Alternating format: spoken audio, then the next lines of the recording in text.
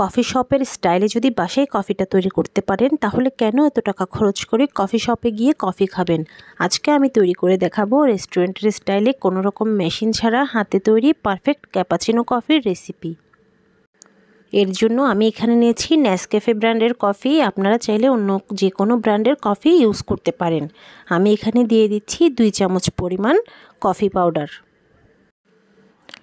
সাথে এখানে আরও অ্যাড করব 2 চামচ পরিমাণ চিনি এবং কফিগুলোকে ভালোভাবে মেশানোর জন্য এর মধ্যে আমি এখন অ্যাড করে দিব 2 চামচ পরিমাণ গরম পানি।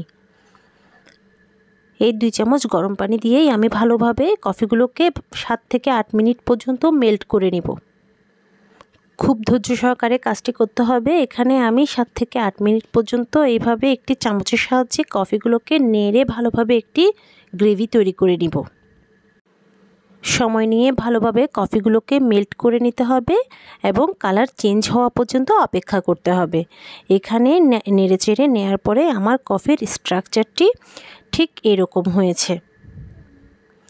দেখতেই পাচ্ছেন গ্রেভিটি কেমন হয়েছে। এই রেসিপি ফলো করে যদি আপনারা বাসায় এভাবে কফিটা তৈরি করেন তাহলে বাইরে গিয়ে আর কিনে কফি খেতে হবে না।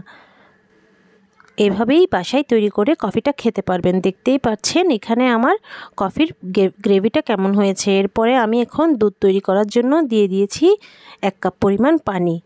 এই 1 কাপ পানির মধ্যে আমি অ্যাড করছি 4 চামচ পরিমাণ পাউডার মিল্ক। পানির সাথে ভালোভাবে নেড়েচেড়ে আমি পাউডার মিল্কগুলোকে মিশিয়ে নিচ্ছি, তা না হলে দলা পেকে যেতে পারে। তাই সাথে সাথে ভালোভাবে নেড়েচেড়ে দিতে হবে। এখানে আপনারা তরল দুধও ইউজ করতে পারেন, সেক্ষেত্রে দুধটাকে ভালোভাবে ঘন করে নিতে হবে। এখন ভালোভাবে নেড়েচেড়ে নিয়ে আমি ব্লক উঠে পর্যন্ত অপেক্ষা করব। যখন এভাবে ব্লক উঠে যাবে তখন আমি চুলা থেকে নামিয়ে রাখব। এখন যে গ্রেভিটা তৈরি করেছি তার মধ্যে আমি দুধগুলোকে ঢেলে দিব।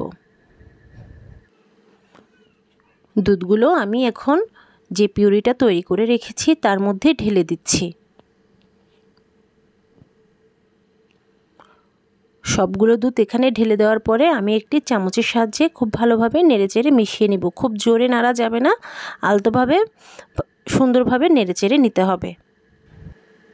এখানে দেখতেই পাচ্ছেন কালারটা কতটা সুন্দর এসেছে।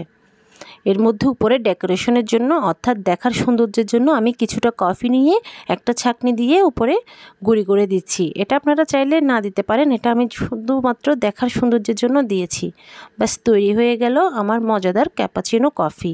এই রেসিপি ফলো করে অবশ্যই ট্রাই করবেন, আশা করছি ভালো লাগবে। বাইরে গিয়ে আর কিনে কফি খেতে হবে না। রেসিপিটি ভালো লাগলে অবশ্যই চ্যানেলটি সাবস্ক্রাইব করে পাশে থাকবেন, লাইক এবং কমেন্টস করবেন। আপনাদের একটি লাইক আমাকে অনেক বেশি উৎসাহিত করে। সবাই ভালো থাকবেন। আল্লাহ হাফেজ। আসসালামু আলাইকুম।